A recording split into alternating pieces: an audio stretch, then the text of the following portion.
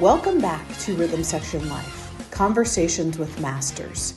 Here, we don't just talk drums. We dive deep into the culture, the history, and the personal journeys that brought our guests to the world stage. We have some incredible conversations lined up for you. To keep up with the latest videos, tour dates, and exclusive behind-the-scenes content, be sure to subscribe and ring that notification bell. Don't forget to like this video and join the conversation in the comments below. Joining us this week is the one and only, the vibraphonist, the drummer, and the educator, the one and only, the great Jason Marsalis. My guest was awarded by the National Endowment of Arts Jazz Masters Award in 2011, along with the rest of the Marsalis family. It was the first time in history a family received the nation's highest honor in jazz. Downbeat Critics Poll in 2013 named him the #1 rising star on vibraphone, following his breakout mallet releases. Offbeat Magazine awarded him Best Drummer in 1999, Best Contemporary Jazz Album for In a World of Mallets in 2013, Best Contemporary Jazz Performer in 2018, and Other Instrumentalists on Vibraphone in 2023. That's quite an impressive lineup there. I understand you started playing violin at age 5 before moving to drum set at 6. What was the early thing that pulled you to playing drum set? I'm going to have to say that it was the toy drum set that my parents got me. I think that's what it was. Now, there's a lot of these stories that I've heard of things that I don't remember because I was maybe 2-3 years old. Yeah. Right?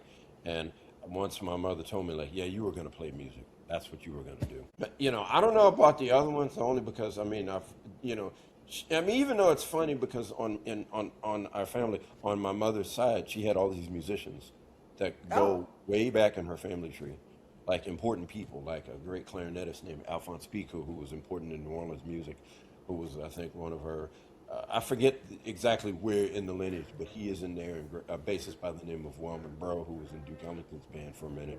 He's in there, and there was these brothers, Wendell, and I forget the other one. There was a trombonist named Wendell Eugene, who I did a recording session with. And when I told my father about it, he said, "Oh yeah, that's your grandma's people." And the minute he said it, I got the resemblance. Like, my God, he's right. But that's all on Mama's side. So there's a lot of these musicians. Now, Dad was a musician, but a lot of them was on Mom's side. So I don't know what she told them, but I think she was just telling me that, I was just into music just at a very young age. In fact, there was a story that my brother Branford told me about how, I don't know if I was 2 or 3, I was real young and I was running around the house being crazy, and Branford just couldn't take it anymore. So what he did was he grabbed some headphones and he said, "Man, come here," and he put it on my ears, and he decides to put on the song "Someday My Prince Will Come," recorded by Miles Davis. Mm-hmm. And according to him, I just stopped. I was just laying down, just looking, just not moving.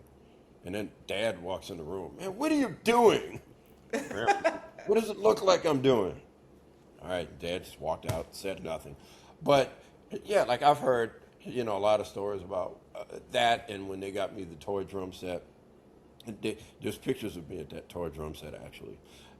And so they would introduce me, like, "Ladies and gentlemen, the great, wonderful Jason," and I would just start bashing whatever, at whatever age 3, whatever that was. Yeah. Uh-huh. So I'm thinking that might have been it, because, in fact, I just saw a clip, even recently, of when Wynton appeared, and this was early, when Wynton appeared on the CBS, I think it was CBS Sunday Morning, and they had the segment hosted by Billy Taylor. And there's a segment where he's at the house, he's visiting home, and it's me and Delphio, and I may have been 5, and I was already doing this. And I'm looking like, I'm not playing drums yet, and I'm already like doing this. So I think that it was what I wanted to do. And so I think, it was probably that toy drum set that geared me towards being interested in the drums. That's cool. And so, what was it like growing up in a house full of amazing musicians? Yeah. Well, here's the thing. I actually didn't grow up in a house full of them because by the time I was 6 years old, my first four elder brothers were out of the house. Okay. Like I was born much later, and so by the time I was 1 year old, Branford was out. He was gone. He was on to Southern University. By the time I was age 2, Winton left. He left to go to New York. So by age, I think age 5, Ellis III, he was out of the house. He went to New York to attend NYU. And by age 6, Delfield left to attend Berklee College of Music. So by the Okay. time I was like 6, 7, yeah, they were out of the house. I would still see Del from time to time here and there. You know, he would come to town, but and you know they would eventually visit, but I wasn't like growing up with them. Now my brother Mboya, who's he's mentally handicapped. He's nonverbal, very smart Okay. though. He's nonverbal. I grew up with him, so it was just me, him, my mother, and father. Uh, so, Okay. so I think that it was interesting growing up because the house was, I think, quiet in the sense of, you know, I was very much into music, so I was just into that mostly. So, you know, and I mean, I think that I was fortunate because my brothers were making albums, and I was into those albums. I would be checking them out, and then, of course, once I got to like high school, I just started listening to music like crazy. I was listening to all kinds of stuff. But yeah, but yeah, as far as like the older ones, I'd see them from time to time. I'd talk to them from time to time. But when I was growing up, it was really 4 that was in the house. Okay. So you're kind of almost like an only child that had siblings. In a sense, yeah, yeah. I have kind of a funny story about Winton. For about 20 years, I played in this touring swing kind of New Orleans band. We played a lot of trad jazz stuff. And the trumpet player was from Des Moines, Iowa. We're from Kansas City, but when he was in Des Moines, he went to a clinic that Winton was giving. And he was a little late, and he sneaks in the back and sits on his trumpet case. Oh And yeah. Winton points him out, and he says, "You guys see that cat back there? He's the only one of you that's serious." And so he and that trumpet player exchanged numbers, and Winton would call him all the time when he's on tour, 3 o'clock in the morning, to give him a trumpet lesson. And he Yeah, kind of took him under his wing, and that was a really cool story to hear. yeah. Wonder who that was. His name's Chad Boydston. Oh, okay. Yeah, So, yeah. That's interesting. You said from Des Moines, Iowa. yeah. Yeah, Iowa's interesting. Iowa's a place that will produce musicians once in a while. They got you wouldn't think that, but they got cats from the, you know, I mean, Bix Beiderbecke, he was out of Iowa. So the trumpet player who's with Jazz and Lincoln Center right now, Ryan Kaiser, he's out of Iowa. So yeah, it's interesting. You studied with legendary New Orleans drummer James Black at an early age. What foundational lessons, musical or philosophical, did James instill in you that you still carry in your playing today? You know, I gotta say that I wish I had recorded those lessons because I was really young. I was maybe like 6 years old, 6, 7 years old. And the one thing I remembered though was that he was the first drummer that showed me the George Lawrence Stone book, Stick Control. Okay. That was the one thing I remembered. He was the first one to show me that. And of course, it was a book that I realized was very important over the years. And it was a very important book in terms of fundamental drum sound and fundamental, just rudimental technique. But yeah, a lot of stuff I didn't really remember because it was so long ago. And for me, yeah, that's the main thing. But I wish that I would have had some recordings of it because there was a lot of stuff that I honestly just didn't remember because I was so young. I was Yeah. like 6, 7 years old. And for me personally, one of the things that was tragic was by the time I really found out about all of what James Black really was, he died like a year and a half later.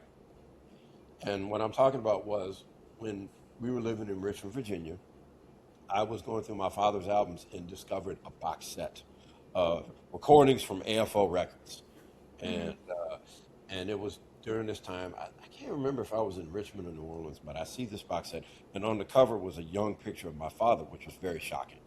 I'd never seen that picture. I've never seen a picture of him in his 20s. And Okay. I was shocked to see that. And when I looked at that, I said, okay, what music is this? I've got to listen to this right now. And so I put one of the albums on, and turns out it was an album that was originally entitled Monkey Puzzle. And that was my father's first album as a leader. And on that album was tunes composed by James Black, and of course James Black plays on the album. And I couldn't believe what I was hearing. It was not only the drum sound, which was very different in the 1960s than it was later, but also these tunes that he had written, and the fact that there's these odd bars. Because I actually knew what that was. I didn't know a lot about harmony yet, but I understood, like, wait, these tunes are in 5. Hold on. There's like tunes with 3, 4 bars. I mean, this is 20 years before, music my brother Winton was writing. Hold on, and I was floored and amazed, but unfortunately, it was like a year and a half after that he had passed on, and so I didn't get to talk to him after having heard that record. Well, at least you got to be touched by his life and experience time with him. Oh, absolutely, and it was interesting because my father and I guess it may be a certain aspect of taking some things for granted, because he was telling me, like, yeah, man, you're lucky, man, because, you got to meet James Black and, Ed Blackwell, and which is true. But then the other side of me is, yeah, but by the time I figured out who they were, they had left. Yeah. I have a similar thing with Ed Blackwell, too. Now, Ed Blackwell, that was hilarious. Ed Blackwell came to Virginia Commonwealth University. As I mentioned, we lived in Richmond, Virginia for 3 years. And it was in the 3rd year that Ed Blackwell came, and he gave a workshop. And I don't remember a lot of the workshop. I was like 12. So I don't remember a lot of, the workshop and what was discussed. But the one thing I remembered was at a certain point, I was called up to play. Because I know Blackwell wanted to hear me play. So we start playing the Rhythm Changes tune, Oleo. We're playing, and there's solos, and then I start to take a drum solo. And this is after school, so I'm a little tired. So yeah. I'm like, all right, I'm going to just take like 2 choruses, and I'm done. I'm out. So I played the 2 choruses, and boom, nobody comes in with a melody. No one playing. No bass player, nothing. And I just said, okay, all right, 1 more chorus. All right, here we go, and top. Nobody comes in. Oh, wow. And by that point, I just sat there and just looked like, is anybody going to play the melody? The solo's over. I don't have anything else to play. I'm done. And I think my father eventually came in with the melody at some point, finally. So we end the tune, and I'm thinking to myself, man, what did I do? I mean, I'm trying to let these guys know the tune is finished. What do I have to do? And all of a sudden, Ed Blackwell comes out screaming at the band. Man, this cat was trying to end his solo, and none of y'all came in. He was giving y'all cues to come. Nobody was coming in. Don't worry, man. They used to do the same thing to me. That's great. Yeah. But it was the same thing, though, because it was a few years after that, I started to hear some recordings with Ed Blackwell on it, and I was like, wow, man, I got to really check this cat out. And it was, I think, maybe a few months after that, I'd heard him on the radio. And this is a very 90s thing. I don't know how many musicians have experienced this now, but sometimes there's a point where you hear somebody's music and you're like, oh, God, I hope they haven't left us. I hope they haven't died. And sure enough, that's what happened. Ed Blackwell had passed on. And I had a similar thought, like, damn, man, now at the point that, because I started to figure out, like, his soloing style and his influences, and I started to hear the New Orleans tradition in his sound, the music of Africa in his sound, the music of bebop drummers like Max Roach and Kenny Clark and Art Blakey in his sound. Like, I started to realize, oh, okay, and he had passed on when I started to really figure that out. Yeah. Yeah, that's too bad. So that's sort of like, on the one hand, it was great to meet him. I mean, it was fortunate I was just to be in their presence at all, because a lot of drummers haven't been able to do that. But there's that other side of me that thinks, yeah, but there was a lot I learned before they had passed on. That's incredible, though. What a fun story. Yeah, but I do remember that. That was hilarious. One of the things that I love about your playing is your snare drum technique. What are some of the things that you practice to keep you in shape, or that you might do on a regular basis? One is to have a practice pad. Yes. And I make sure to have a practice pad, and I do use like bigger size sticks. You know, the whole baseball bat with a donut on it. You know, I actually remember being in gym class, and I think we were playing baseball. And one of the things that I said to myself was, "Man, whenever I see these baseball players on TV in the batter's box, they're always swinging a bat with this round donut. Man, what does that do?" You know. And so I was able to do that. I was like, "Man, oh, this adds weight. Okay. Oh, okay." So then take the donut off. Boom! Like, oh, okay. It's lighter. Okay. Wow. Yeah. That's what that does. And so it's a similar thing with that, you know, where I do use bigger sticks. You know, I even have like drum corps size sticks where I use for practicing on a pad. And I have books that I've practiced. You know, there is George Lawrence Stone. There's also the William F. Ludwig drum solos, collection of drum solos. There's also some that I need to revisit more, like the Alan Dawson Rudimental Ritual book. There's also a book from a great percussionist I know, John Wooten. You know, he's out of University of Southern Mississippi in Hattiesburg. He's got a book. And for the record, man, I've been working on my own snare drum etudes. Oh, cool. So, yeah, I'm going to try to get like 100 of those and get those published at some point. I do have some, and they deal with pulse modulations. So, and That's awesome. yeah, so I'm trying to do that. But yeah, I mean, there are rudiments and basic rudiments that's good to practice, but there are books that I have studied out of. And there's others that, like, what was it, like the Haskell Hard drum method is a book that I've practiced out of. So, and well, there's a lot of them. There's a lot of them. But I do have snare drum etudes that I'm working on. So there's that. So, yeah, I think that with snare drum, there is that. I think another thing is that I've heard different perspectives of snare drums from different drummers. Like, for example, you know, when you hear a drummer like a Warren Baby Dodds, and you hear those albums he did as like under his own name, and you hear the cleanest press roll you've ever heard in your life. Yeah. That's one kind of sound. But then when you hear a drummer like a Papa Joe Jones and the way that his snare drum sounds, that's another kind of sound. And then when you hear all of those drummers had something unique about their snare drums, whether it was Art Blakey's press roll, or whether it was Tony Williams' accuracy, or whether it was like Elvin Jones actually like sort of making his press roll uneven. Because Elvin could play like a straight even press roll, but he wanted to make it uneven for his own sound. There's always things to learn from all of those drummers. So I try to take all of those references, if you will, like all of them. I mean, like even like 1970s snare drums, even though they started to mute snare drums, or they would tune them different, or they'd put padding on it. I was having a funny discussion with, we were cracking up about it. Pianist Marcus Roberts and I, he grew up in the 70s, of course. You know, he's in the same generation with my older brothers. We were talking about that snare drum sound on those like records like Al Green and Parliament and the Ohio Players, right?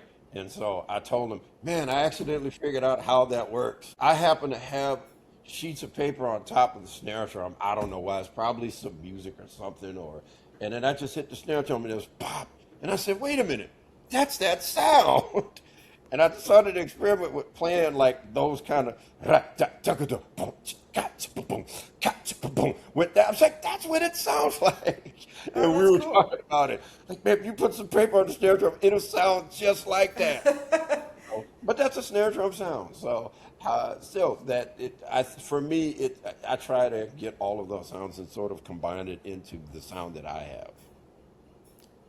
When do you think your book's going to come out? That is a good question. I'm going to try to finish that up maybe in like a year or two, but I'm going to try to, because I have sort of basic versions of rudiments in the book, and then I have like these etudes. And so I think that, but they deal with different types of accents. Okay. Not to give too much away, but they do deal with, and I don't have anything published, but I think that I want to have like 100 etudes, and I think I'll have to double check the warm-ups or the sort of the rudimental basics because I think that might be completed. I just have to check on it and make sure, but it is something that I want to do just because one of the things I discovered in high school was that I could practice rudiments against the metronome in different ways. And when I realized, I said, oh, wait a minute. Like I start using the metronome to my advantage to where I'm playing against it and not necessarily trying to match it. Okay. Yeah, like I'll give you like one example. Like say if the metronome is here and I'm playing and then I'm playing that and then I think the thought to me said, what if I start playing a single paradiddle? But we're still triplets, but I play single paradiddles. And so it sounds like that. Yeah. And things like like if I'm playing like fours,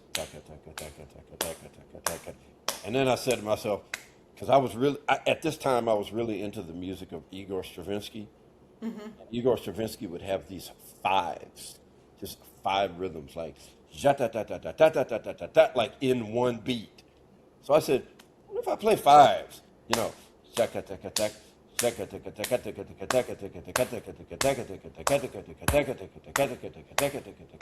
then it turns into, what if I accent those every 4 beats? Right. This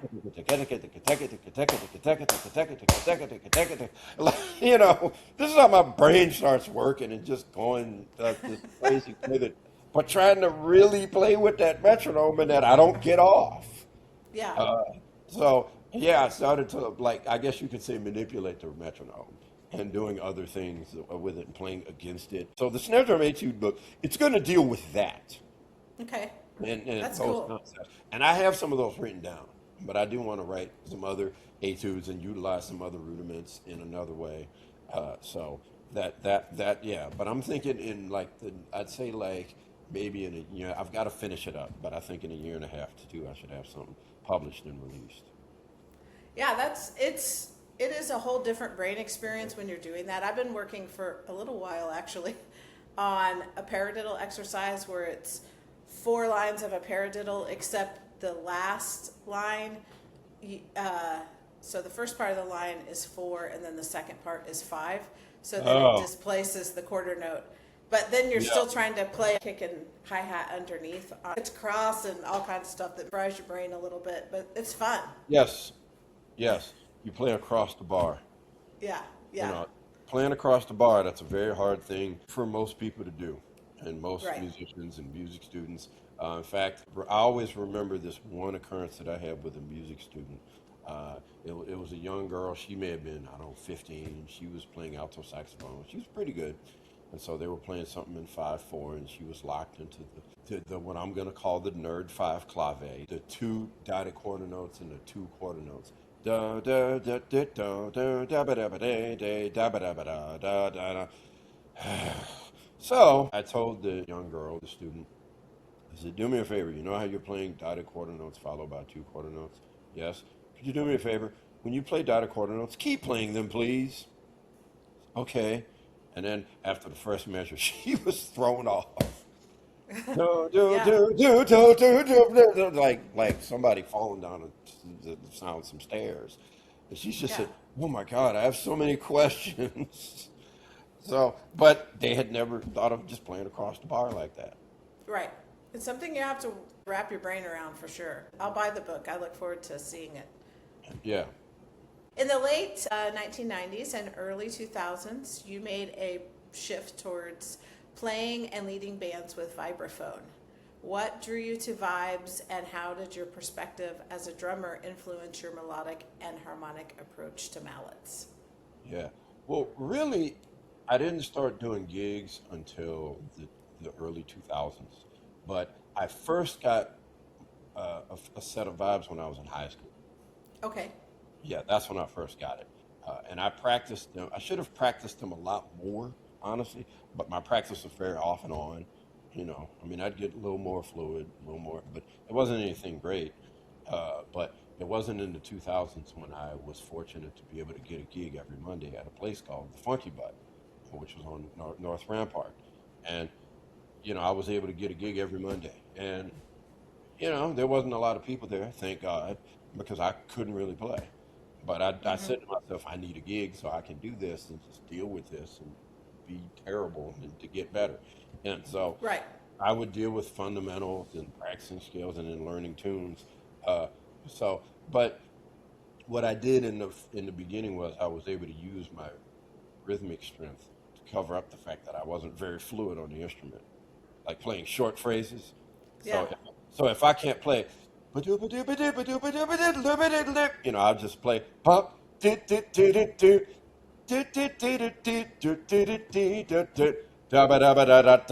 just rhythmic, right? Uh-huh. Uh, so, but I think that that's one way that drums influence that. Now, the way that the vibe started to influence drums is that I started realizing that I needed to lighten up on the touch of playing the instrument. Because like I realized when you lighten up like almost like this, it's easier to play faster and you have a more delicate sound and it's a more resonant sound. And I said, Okay. "Man, I need to remember that for drums." Right. Not that I was playing loud per se, but it Yeah. encouraged me to even play even lighter. And that same motion going to the kit, playing even lighter, to where the pianist Marcus Roberts asked me, "You're incorporating some vibraphone technique, are you?" Yeah, because we've talked about that. So, but I said, yeah, I'm like trying to play lighter on the vibes and on the drums. So do you think it helped you approach drum set from a more melodic point of view? You know what? I don't know if vibes did. Only because I was familiar with melody early on. Okay. Because, like you had said, like what was mentioned, my first instrument was violin. And that's where I learned how to read music and read key signatures and read treble clef. And I would read these pieces. I'd learned through the Suzuki method, so you may have some Bach pieces and violin pieces. But then it was when I was 10 years old that I started to get drum lessons, but on snare drum. And that was when I was first introduced to this Ludwig studies book. And I realized I've never read snare drum music. Huh. It didn't take long, but Yeah. still, it was interesting to see. The rhythm is very pronounced when you're reading snare drum music. But I think that I was already knowing how to read, and I was listening to records and learning tunes and learning music. So I think that my melodic concept came from that. Now with Okay. vibes, I still had to practice the instrument because the more frustrating thing is the fact that I knew a lot of music, but I couldn't play it on the instrument. So I think that a lot of the melodic concept just came from earlier with listening to records and learning tunes. I would say it comes from that, but I think that just the concept of technique and sound and also dealing with form and dealing with creating melodies. Yeah, the influence of vibes definitely comes from that. Okay. Well, one of the most life-changing things I think for me is in regard to drum set was when I started studying with Johnny V. He would tell me to sing the melody and just hit things. And Yeah. after that, I was like, "Oh my gosh, I can take a solo of, and I don't have to keep track of the form because I'm singing the form." And it was one of the most freeing experiences for me when it came to soloing over drum set is applying melody in that way. Yeah, you know what's interesting about that? That is something that was discussed, like singing the melody, and like singing the melody and knowing the tune, which is very important.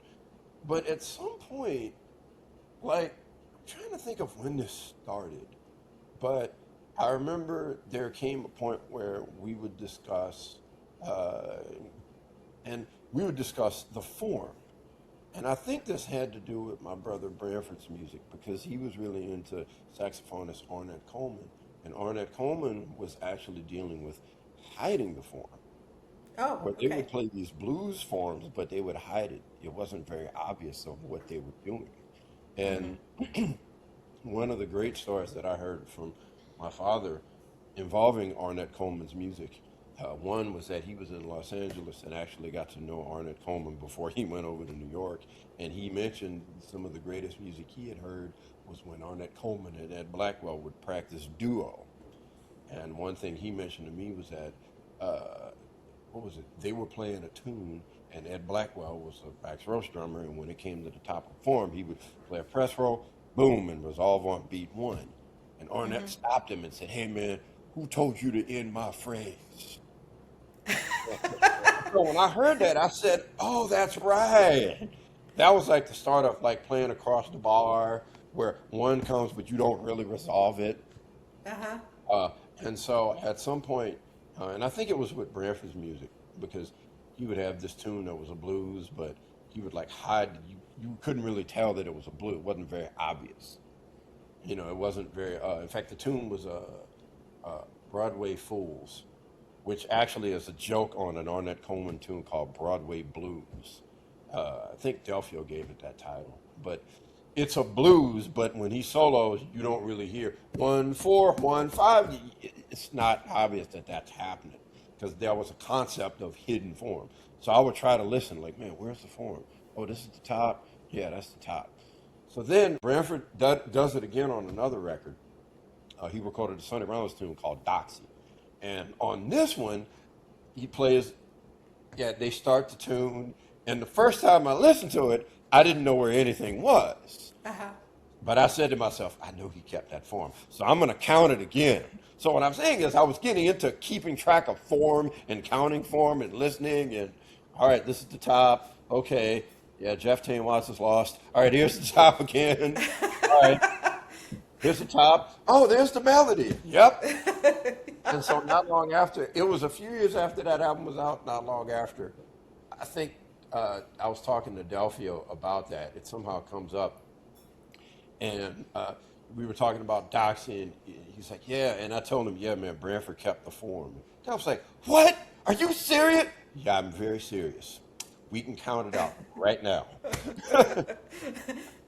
Like, no, we can count it out. So we got the tape, and I'm like, here's the top, yeah, and here it is again, and hit C, and and then when the melody comes in, C, 1, here it is. C, kept the form.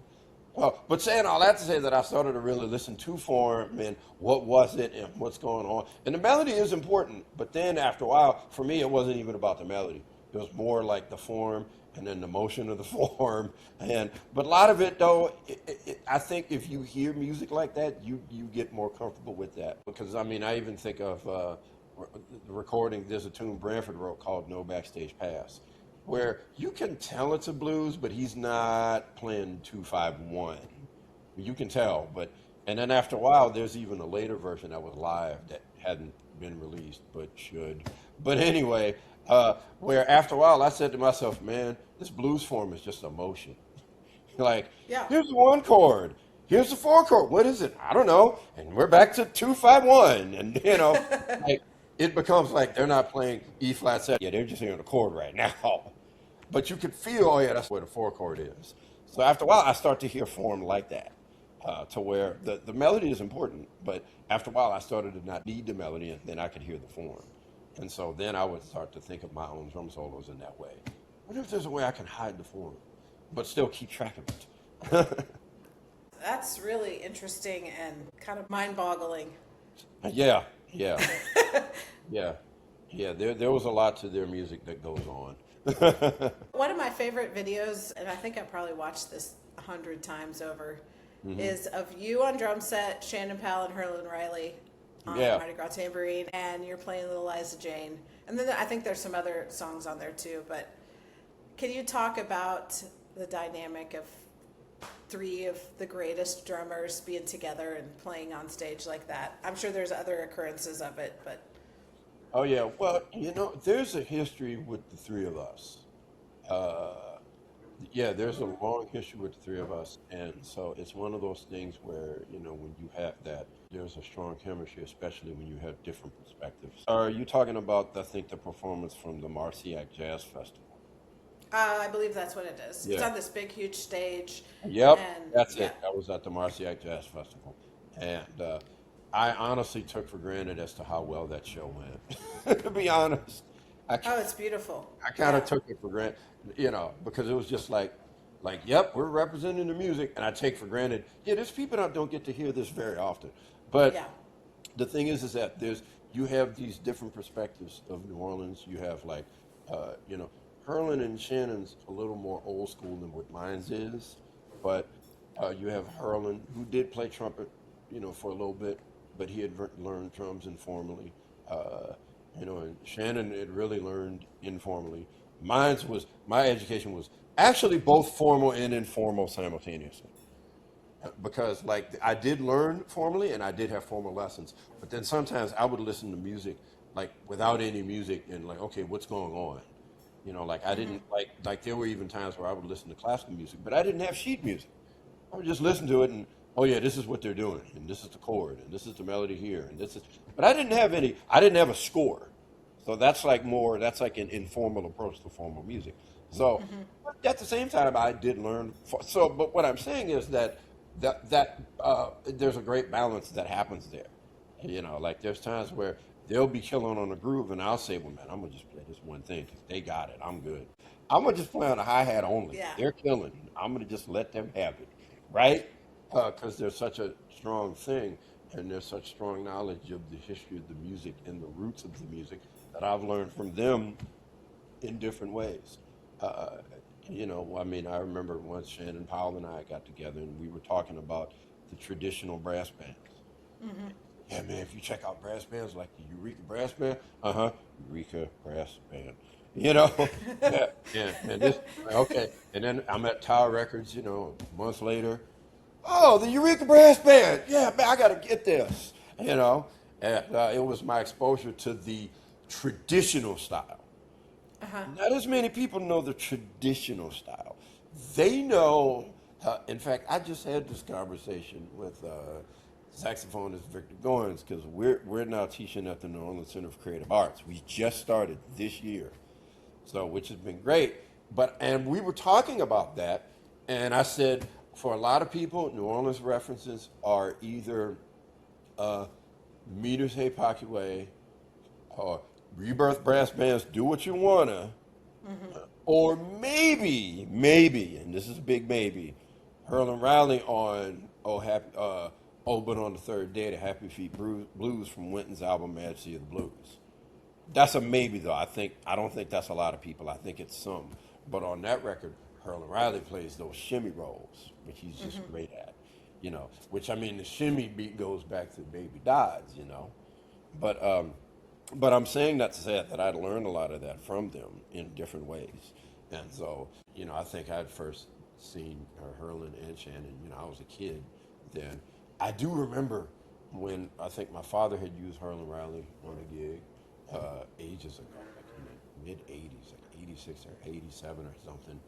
But I will always remember when my father told me, yeah, man, Winton's going to hire Herlin Riley on drums in his band. And when he said that, I said to myself, Winton's music is going to change.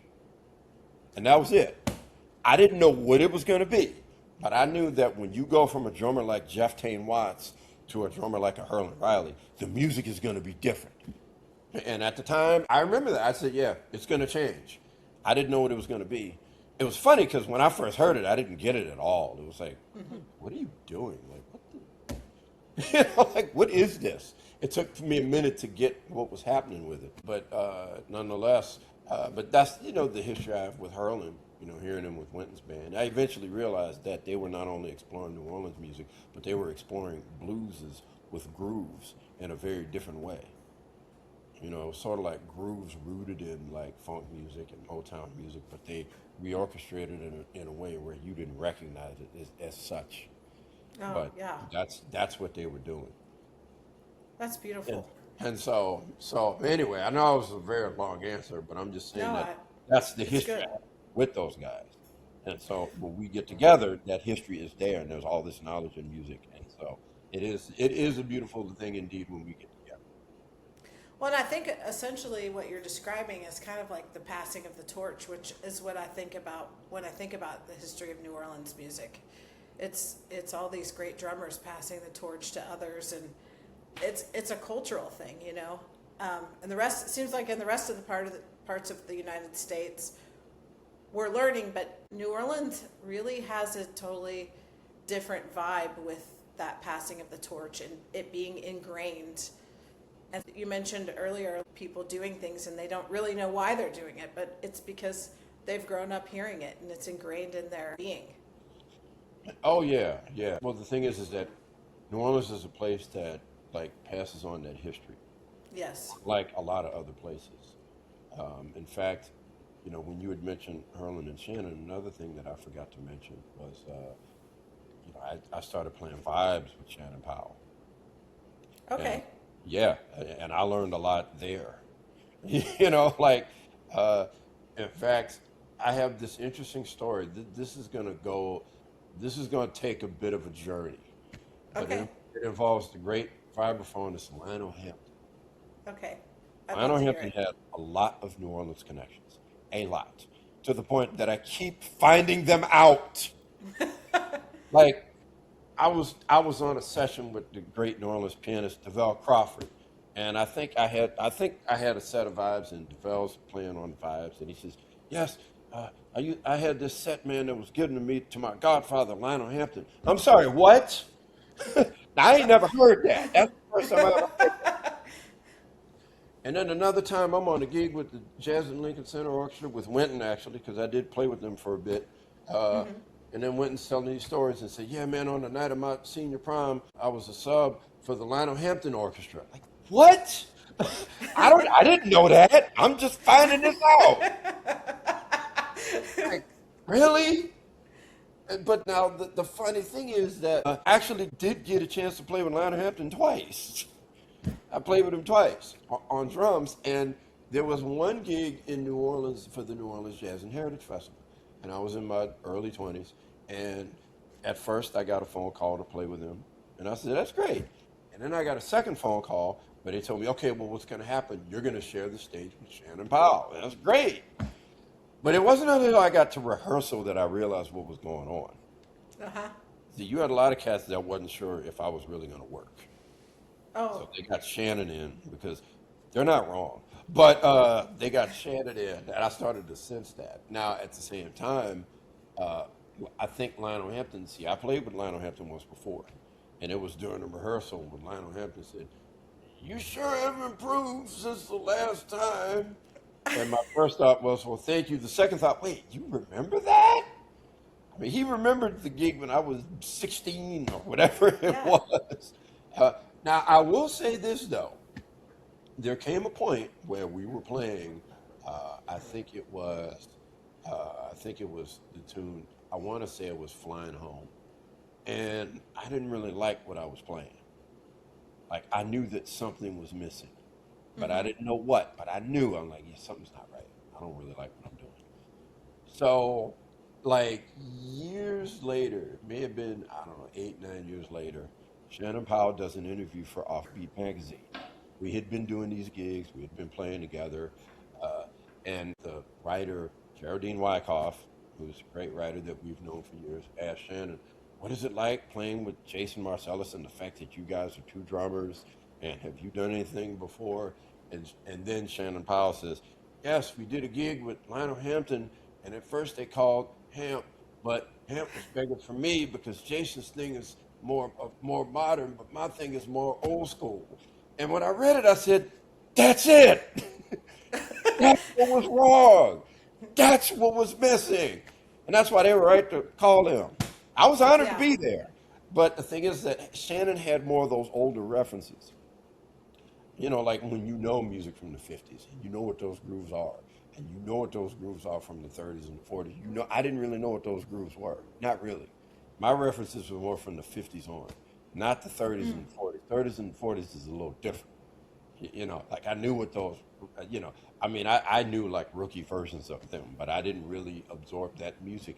Now, where it comes full circle was when I got a phone call from Tim Francis, who's the head of the Lionel Hampton estate, asking me to play with the Lionel Hampton Big Band when they were coming to town for the Oh, Hampton that's Annual.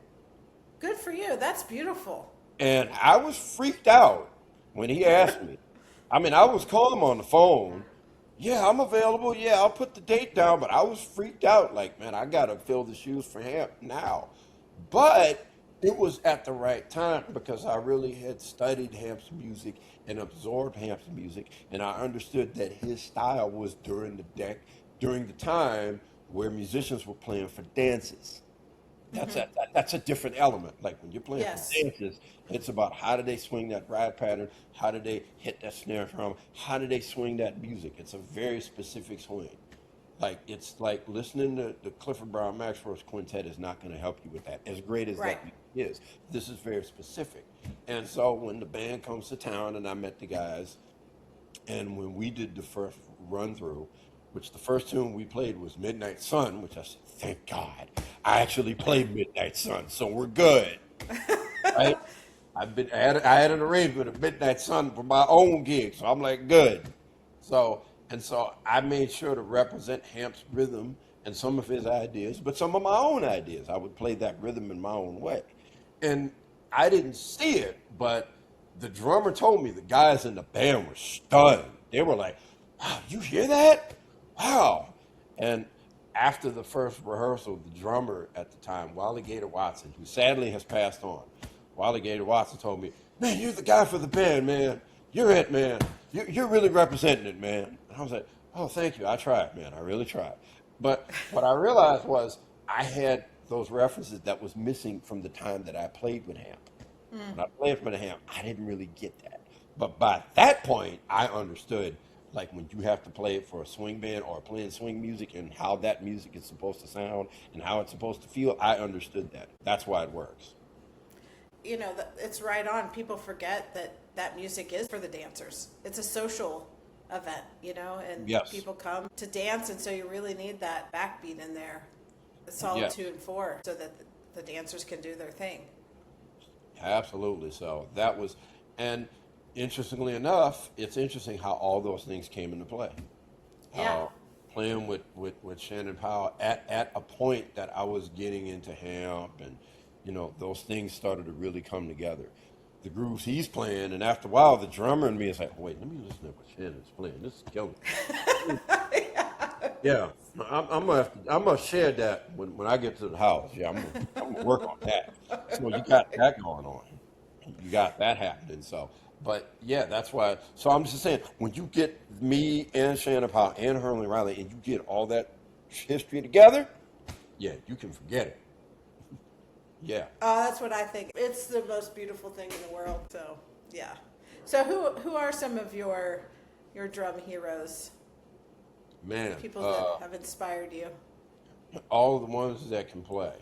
Uh, you know, I've learned from all of them. I mean, and there's some drummers I prefer more than others, but I still learn from them anyway. But I mean, I mentioned Warren Baby Dodds. I'll just talk about different ones and things that I learned from through the years. Warren Baby Dodds was great because when I first heard his solo recordings, it was like hearing the newest, oldest music you've ever heard. Because he was playing an old style, but the solos are not the kind of solos you normally hear. So I just said, wow, this is like new, right? So I'm going to use these things into my own plan and figure out another way to do it. And then when you hear a drummer like a Papa Joe Jones, someone who comes from the swing era, but who's playing changed slightly, you know, he had a very relaxed swing, and that was something that I really wanted to learn from in terms of another way of being able to play the ride pattern. You have someone like an Art Blakey, who was a great band leader and whose band had great repertoire and great music. And I remember the first thing that really stood out to me from the album Moanin', which is a classic album.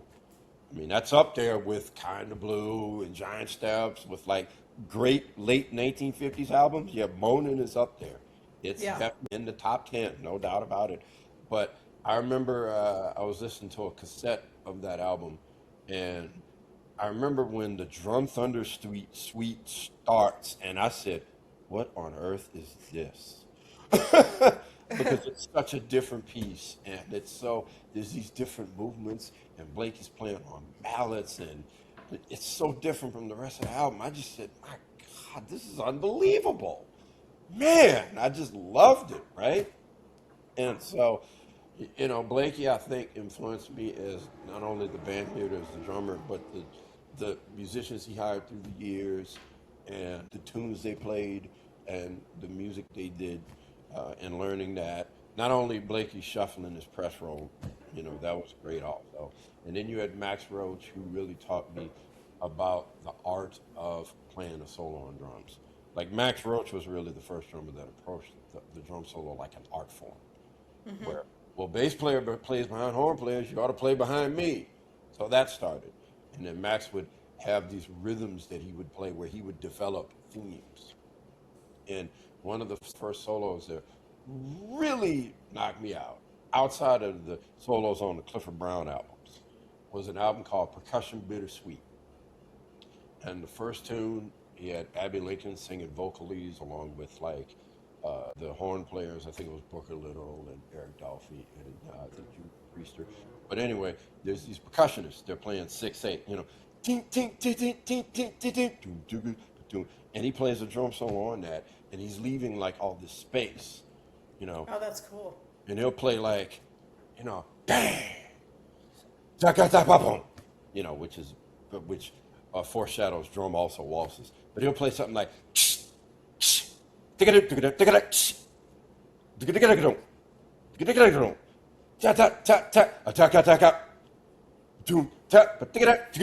like leaving all this space while these percussionists are playing this rhythm. I just said, wow, man, I want to play like this. Yeah, I'm hearing that's like cool. themes in space and like the thematic development. I said, yeah, that I want to do that, right? So a lot of his music really influenced me, and even his percussion, his album M Boom with the percussion ensemble, that had a huge impact on me. Hearing percussion music played that way, I was into percussion and classical percussion, but to hear the percussion ensemble instruments like timpani, marimba, chimes, glockenspiel, vibraphone, drum, to hear all of that in one band, I just said, wow, this is like my favorite album of all time. Yeah.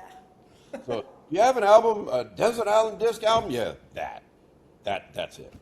So you have that. Of course, you have like completing the quartet trinity of Bonham drums. Art Blakey and Max Roach is one. The other side of that would be Elvin Jones and Tony Williams. They were the drummers of the two great bands of the 1960s, the Miles Davis Quintet with Tony Williams and the John Coltrane Quartet with Elvin Jones. And I think that I've learned the things that drummers got wrong when I really paid attention to the details of how they played, right? And I also learned that the one thing that the two of them have in common is that their snare drums are very quiet. Okay. Both of them. When you hear them play ride pattern, they're very different drummers, but their snare drum are at the same volume, and that's behind the ride cymbal, right? And even with their soloing styles, which are very different, but Tony Williams taught me. Ironically, I was listening to a drummer that played what is called a open solo, which means there's no time. The drummer just plays, no set form. You just play whatever ideas you want. And the drummer played a solo that I didn't really care for. And I asked myself, well, why didn't I like it? And I said, well, what's an example of a drum solo I like? Well, Tony Williams. Let me listen to this Tony Williams solo. And I think I put on the solo from One Finger Snap from the Herbie Hancock album Imperial Isles, which I think in my view, one of Tony's greatest solos of that time. And I listened and I realized, oh, Tony's playing themes. He's using repetition.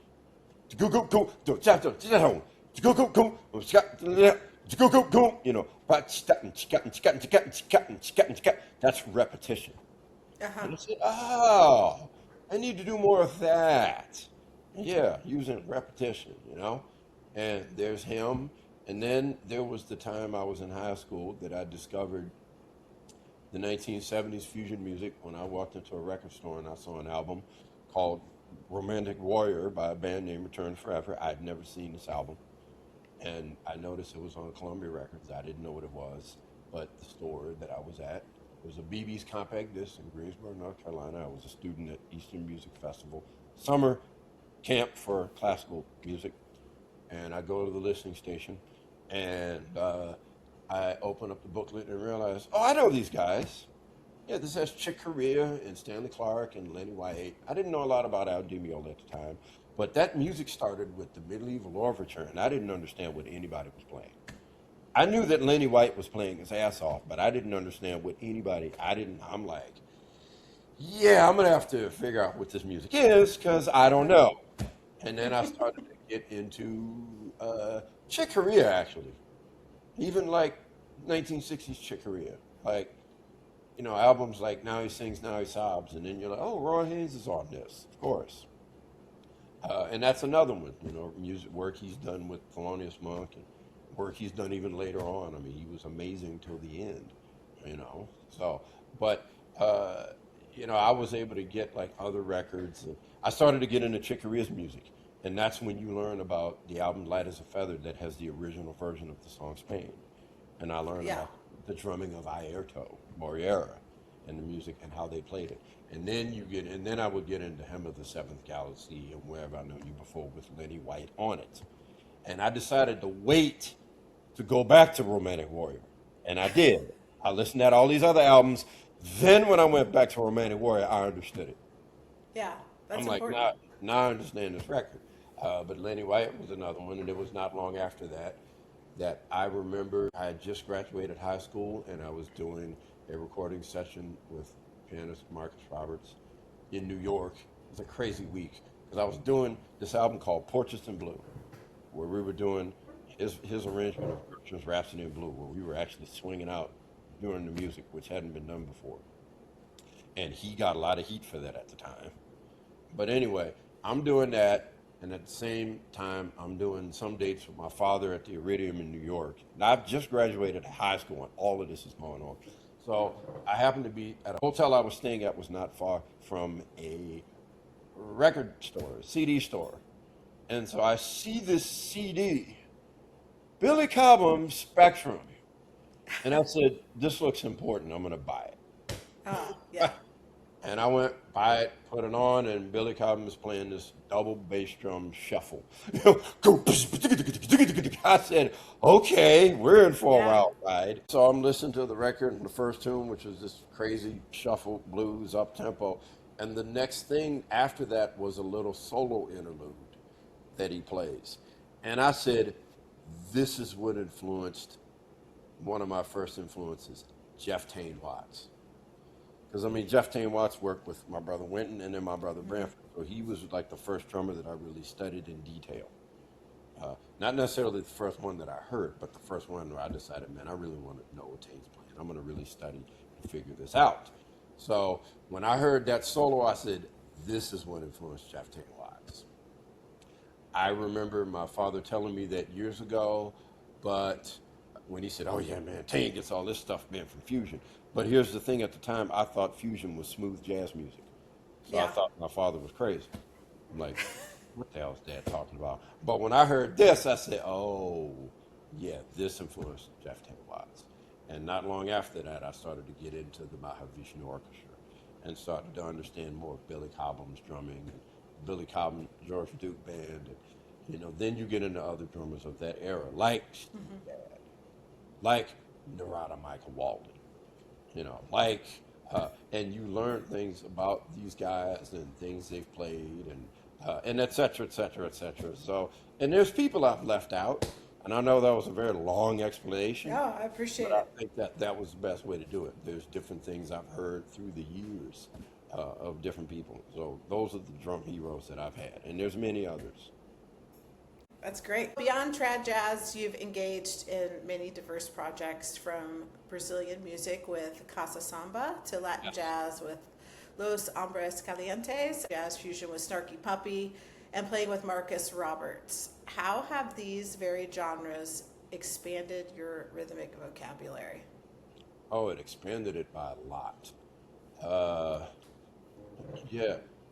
It's funny because I will always view Casa Samba and Los Hombres Calientes in the same boat for me, because I met those guys like in similar ways. The first time I'm trying to think of how to explain this, because the guys I'm referring to is the percussionist that runs Casa Samba is named Curtis Pierre. Okay. And the percussionist that I worked with Los Hombres Calientes was Bill Summers.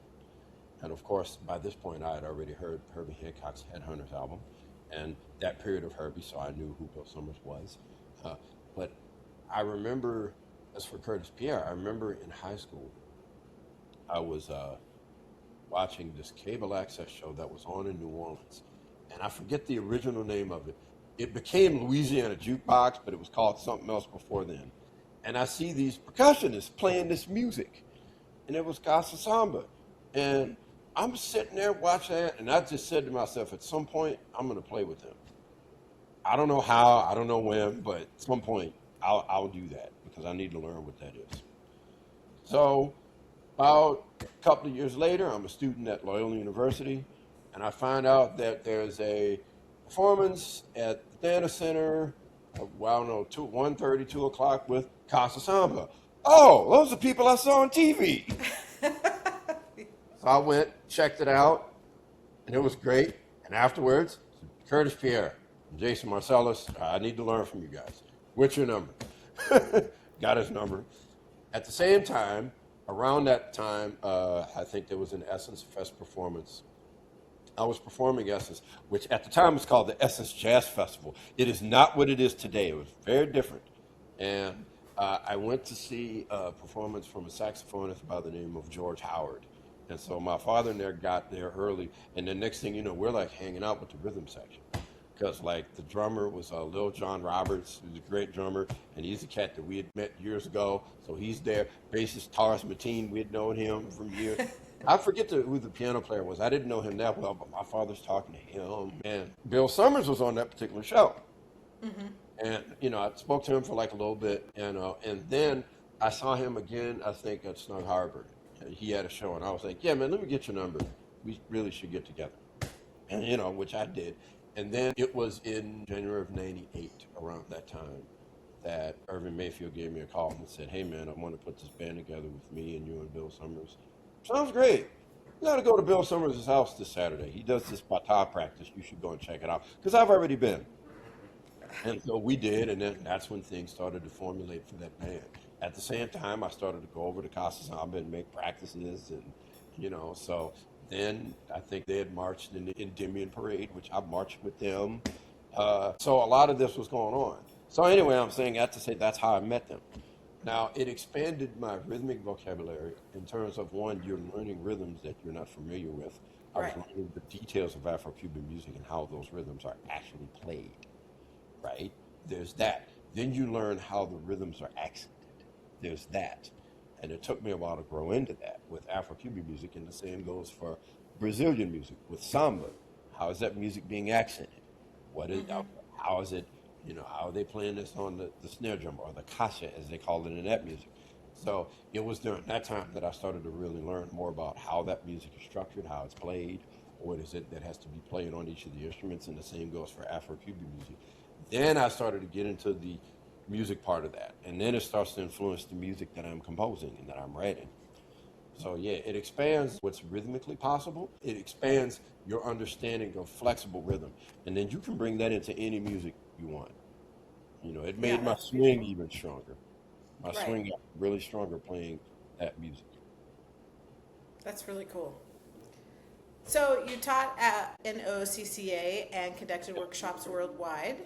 What is the biggest core concept or mind shift you try to pass on to young musicians today? That is a great question because I am now teaching at NOCCA once again. I've started this year, and we just started. We had our first week last week, and I mean we as in saxophonist Victor Goins, another gentleman I've had a very long history with. I knew him since I was a kid. He was working with my father way back. I was a child then. But I think that and it's going to be a bit of a mind shift, I think, for them too. But what I want them to understand is how all music relates. And so they can be prepared for any gig they get called for. That's great. And that's going to be the big thing. Now, I'll admit we do have our work cut out for us because there's a lot of music that they have not heard. So it's going to be important to say, okay, there's this, which is modern swing, but then there's traditional style. But then there's Brazilian music, but then there's funk, but then there's reggae music, which relates to this. There's different types of reggae, like ska music, that relates to what we're playing. It's going to be a lot. There's a lot of music that they have not heard, but I think that's what I want to impart to them, that there's a lot of music that is out here, and the more music that you know, the more possibility you have to work. Yes, it's absolutely true. I mean, even just taking something like as simple as the shuffle and how it translates to all different types of music. You know, Swedish Yes. shuffle, Texas shuffle, blues shuffle. Or, so, I mean, I agree. It's this simplicity that expands. It's like a growing Yep. tree. Absolutely. Yep. You can take the clave and do that with all of that too. Yep. This has been so much fun to talk to you today. If somebody wants to find what you're doing, where can they find you? Uh, oh, well, let's see. I have my own YouTube channel. Uh, I'm trying to upload as much as I can, but I'll admit my days get busy. But I do have just Jason Marsalis at YouTube. Also, Jason Marsalis at Instagram. The Yes. Instagram channel really took off like within the past few years. So when I post about gigs, I will post there. Okay. And I also have a Facebook page and a TikTok channel. It's a lot, but Yeah. but a lot of times when I post about gigs, I'll go to the Instagram page. I think because there's a lot of people that follow me there and message me there. So yeah, but if they want to check out things that I'm doing or things that I've done, because one of the things that I need to start doing with my YouTube channel, there's a lot of different videos that I've played on. And what I'm going to start doing is screenshot recording them and uploading them to my channel. And it's not for making money, it's for documentation Right. purposes. Yes. So a person can, because there's so many videos scattered on this channel, that channel. I appeared on this, I appeared on that. So this is a way of consolidating it. Well, here it is on my channel. That's good. So if you want to see a gig I've done with this part, where you can, rather than having to scope out what channel, and there's videos I've been on that people don't even know exist because Right. there's so much, and I'm going to start integrating it to my channel. So here's things I've done.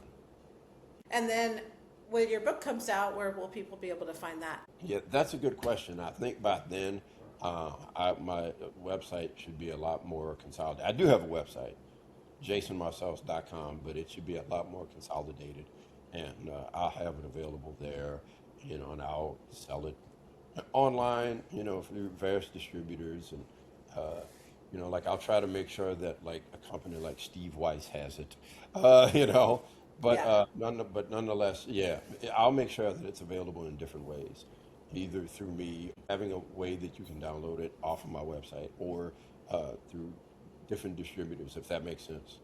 Yeah. Like a lot of guys now are just doing a PDF and people are paying them and they send the PDF. You can start off and do something like that. Yeah, I think I'll have PDFs available, but I want both available, like a hard copy and a PDF version. Thank you so much. It has been such an honor to speak with you and get to hear your story. I really appreciate it. Oh, well, thank you very much. It was a pleasure to do this.